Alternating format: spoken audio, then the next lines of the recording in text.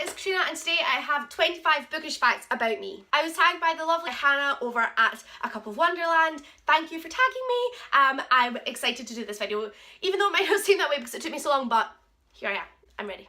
I'm excited. The first classic I ever read was Pride and Prejudice, and most of it I did not understand at all. From about primary 6 or 7 all the way up through university, I would read every single day, all the way to school and all the way home, and when I was sitting in the train station, so more than an hour a day. I do have a Kindle, but I almost always prefer to read physical books. It's part of my collection. The only time I'll ever read is a Kindle is sometimes I'll read on the app on my phone. I'm paperback loyal. I love paperbacks. I just don't get the whole hardback craze. The only time I'll ever have hardbacks is if it's an author I absolutely love and I cannot wait. I hate when people break spines of books on purpose. Don't keep a book face down. I'm not against it happening. Sometimes they get little creases in them or whatever. A book will look red by the time I'm done with it, but don't destroy it on purpose, please. I love reading, I love fiction, but I absolutely hate to write. I hated creative writing in school.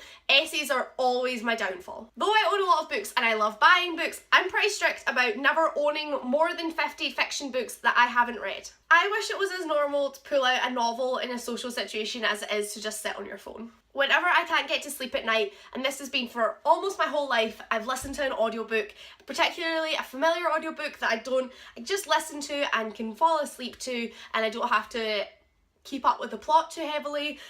Stephen Fry reading Harry Potter is perfect for me. Pride and Prejudice or I Capture the Castle always work. Right now I own 356 books. I don't have a number one definite favourite book, but all of these ones are up there. Fantasy tends to be my favourite genre and what I read the most of, but I'll read almost anything. Books are my absolute favourite gifts to give and receive. I love going around bookshops, picking up books I love or think that other people will love, special for them. I love that.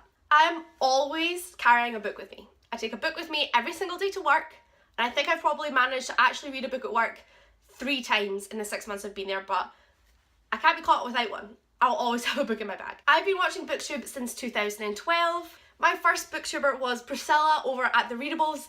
I miss her so much. I 100% credit my dad for my love of reading. He was always buying me books. He read me a book before bedtime for years and years when I was little. We would talk about the characters and the story. He would recommend me books and I would recommend him books, and we still trade books back and forth all the time. Since I was about 10, I've never not been reading a book. Even if it took me a few months to get through it, I always had a currently reading book. I hate deckled edges.